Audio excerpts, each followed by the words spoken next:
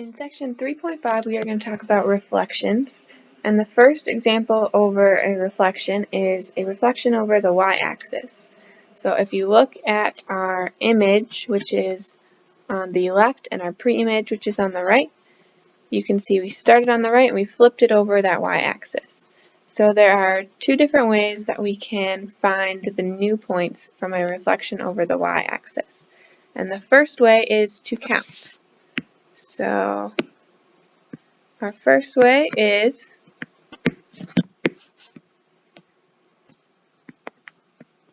count the distance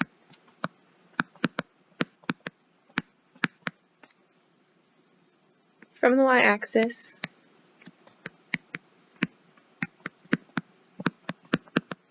for each point.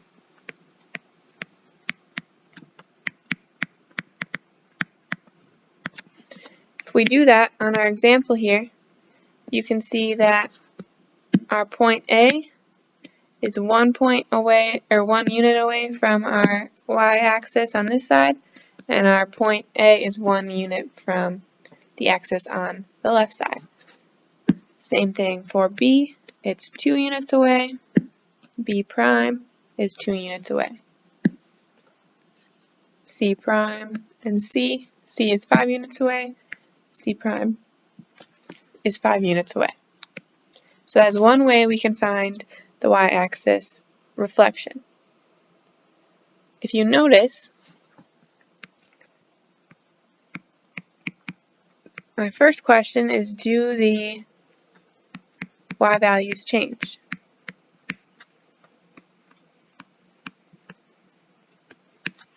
If you look at point A, our point there is we go over 1x and our y value is up 1, 2, 3, 4, 5, 6, 7. On our A prime, we're going -1 x direction and up 7. So our y values do not change. But we just said, do the x values change?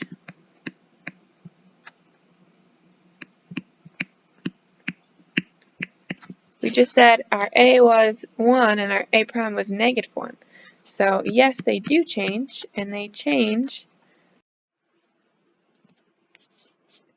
by adding a negative sign out front of our x.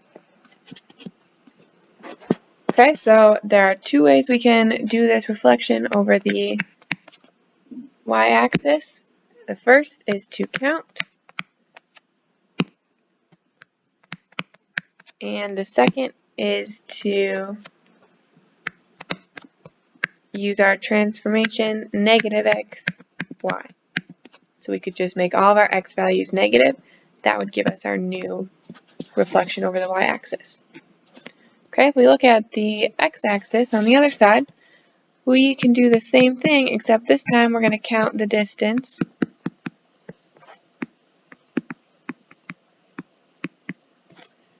from the x-axis.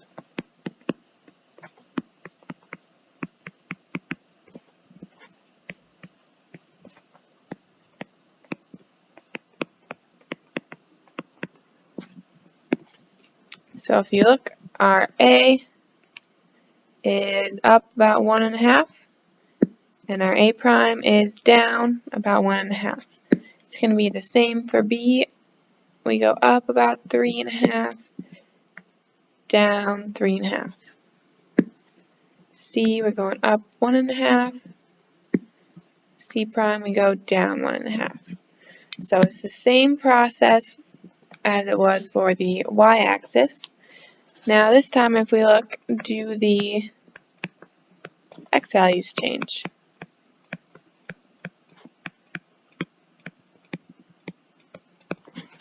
And our answer here is no, the x values are staying the same. If we look at A, it's over 1/2, and A prime is also over 1/2. Now, the next question, do our y values change?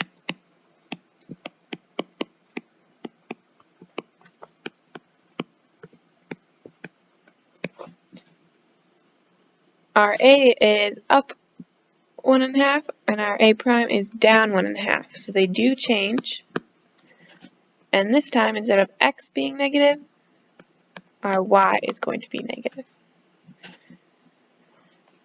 So same as the x-axis, we have two options. We can either count or use our transformation of x comma negative y. Make all of our y's negative.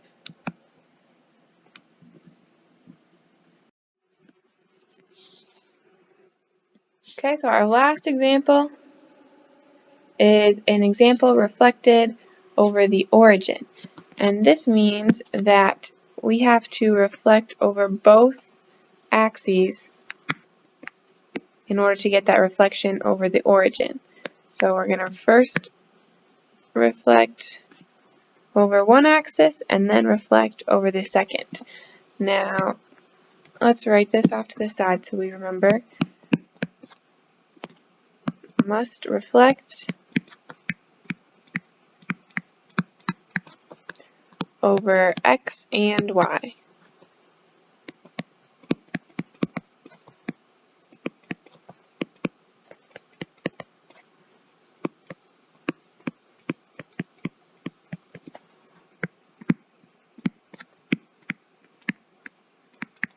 Now it doesn't matter which one you start with. This example, it starts with reflecting over the y-axis, but doesn't matter which one you start with.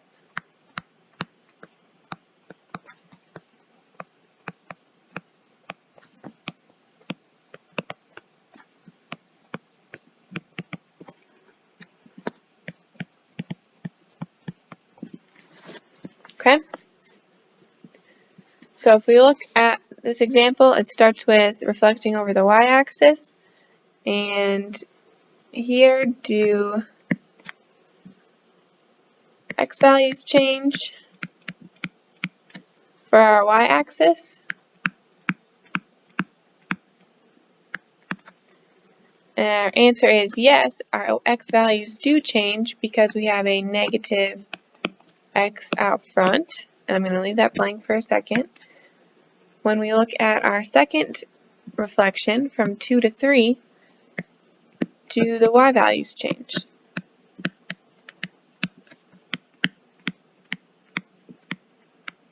Our answer is yes, they do. We put a negative y for our y values. So when you reflect over the origin, your final point is going to go from x comma y, it's going to transform to negative x, negative y. You're changing both of those values when you do a reflection over both axes. So that is how we do a reflection over the origin. Let's look at an example. So this says that we have a quadrilateral with vertices A, B, C, and D, graph A, B, C, D, and its image under reflection on the x-axis. So let's start by graphing our quadrilateral. Our reflection is going to be on the x-axis, so I'm just going to highlight that so we know what we're reflecting across. Now if we have our points, A is 1, 1, so I'm going to go over 1, up 1. B is over 3, up 2. C is over 4, down 1. And D is over 2, down 3. So I've got A, B, C, D, and I can connect all my points. Now remember, there's two ways that I could find the reflection. The first is by counting. So if I look at A, I'm going up 1. That means I'm going to go down 1 for my new point. Okay, so B, I'm going up 2. Means I'm going to go down 2 for my new point, and I'm going to label them as I go so don't get confused. Now, I know this is tricky because they're not all on one side of the x-axis, but we're doing the same process.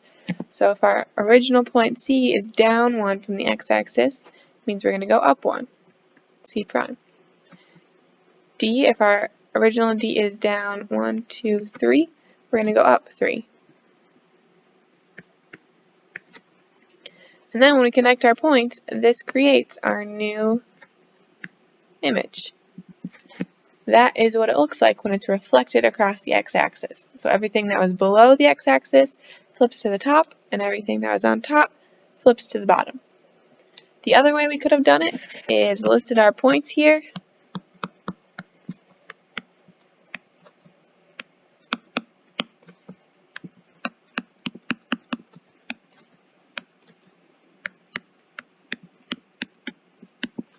And we could have used our transformation. We know an x-axis reflection means that our y is going to be negative. So if we add a negative on each one here at the end, our a prime would go from 1, 1 to 1, negative 1. Our b prime would be 3, negative 2. Our c prime would be 4. Now since there's already a negative 1 there, it's going to switch signs, so it would be positive 1. 2 negatives is a positive. And d prime would be 2, positive 3. And you can check that these points are correct. 1, negative 1 is right here, and that is our a prime answer.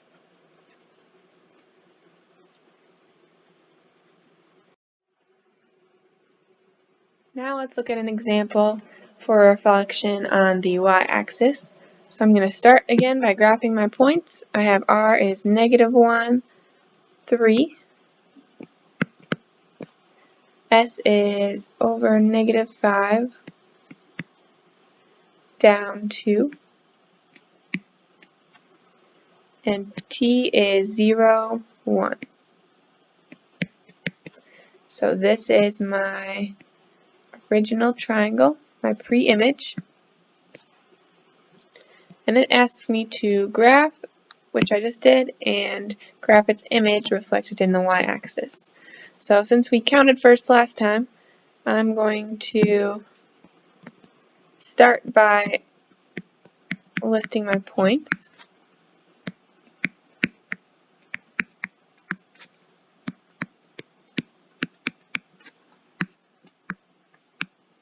And you can do whichever way is easiest for you. You can count the distance from the y-axis, or you can do our transformation. And for our y-axis, that would be making our x's negative, or flipping the sign on our x. So if we have r prime, that negative 1 would turn positive, because 2 negatives gives me a positive. S prime, again, same thing, that negative turns positive. And 0 can't be negative, so it's going to stay 0, 1. Now I can graph my new points. So if I have 1, 3, that would go here, r prime. 5, 2, if I have negative 2, this is s prime. And then 0, 1. Right here is t prime. Connect all those points. And that is my reflection. So you can see that even though we didn't count, our r is still 1 away from the y-axis, and r prime is 1 away from the y-axis. Our t is on the y-axis, so t and t prime are going to stay the same. Okay, let's look at another example. This time we are reflecting over the origin. So remember, our reflection over the origin means we're going to reflect over the y and the x. So I'm going to highlight both of our axes here.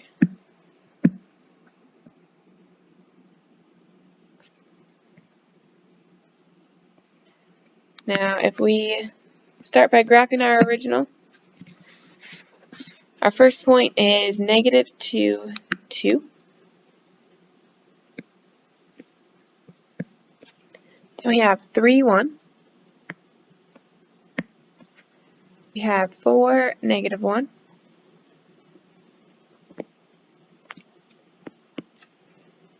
Oops, that should be a D, not a negative 1. And then negative 4, 3. Negative 3. Okay, this is my original image.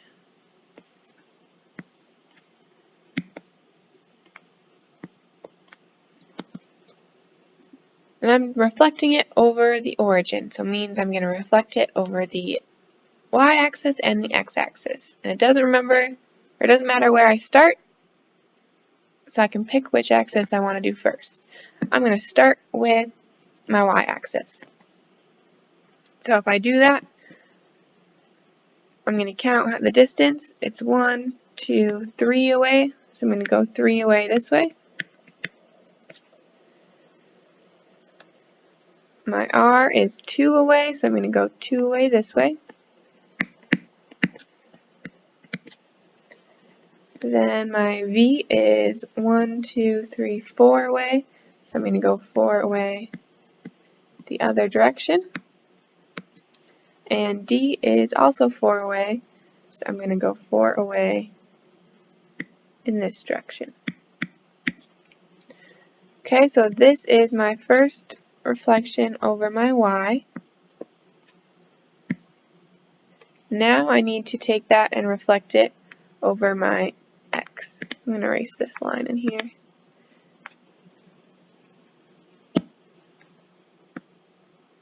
Oops.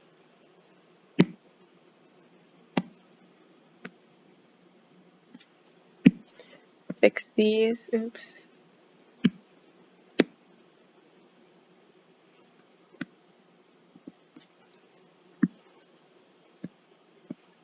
Okay, so then I'm going to, in red, do my second reflection across the x. So now I'm looking at my blue points.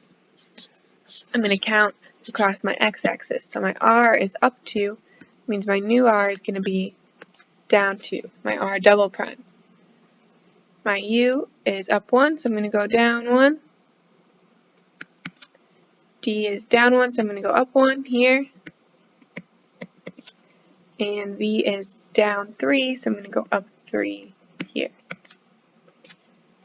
So my final answer here, I know there's a lot of lines now, is my red image right here.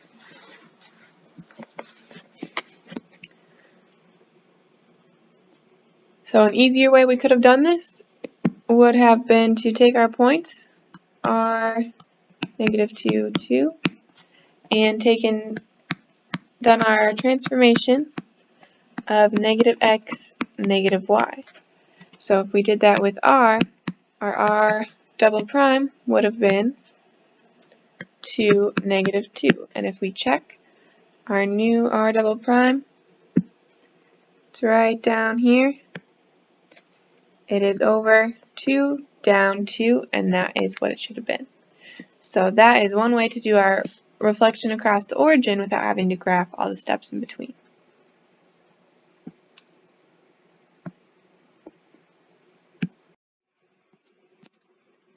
The last thing I want to talk about here is something called the line of symmetry. And a line of symmetry means that a figure can be folded in 2 halves that would match exactly, and that line that they would be folded on is called our line of symmetry. And this should sound familiar from Algebra 1, where we talked about the line of symmetry with the parabola. If you look at this heart here, if we were to draw a line straight down the middle, if you imagine folding your heart along that line, it would match up on both sides. That is our line of symmetry. It's the only line of symmetry on the heart. It's the only place we could fold it where it would be the same. Our diamond here has 2 lines of symmetry. We could fold it down the middle the long way here, or we could fold it along the x-axis and it would still be the same. So there's 2 lines of symmetry on that diamond. On our hexagon, we've got a couple different lines of symmetry. We could fold it this way, this way, this way, along each point there, or we could fold it straight down the middle, fold it along this side, there are a bunch of different lines of symmetry on that hexagon. So in our assignments, we'll be practicing finding lines of symmetry and seeing if it's possible to have a line of symmetry in some objects.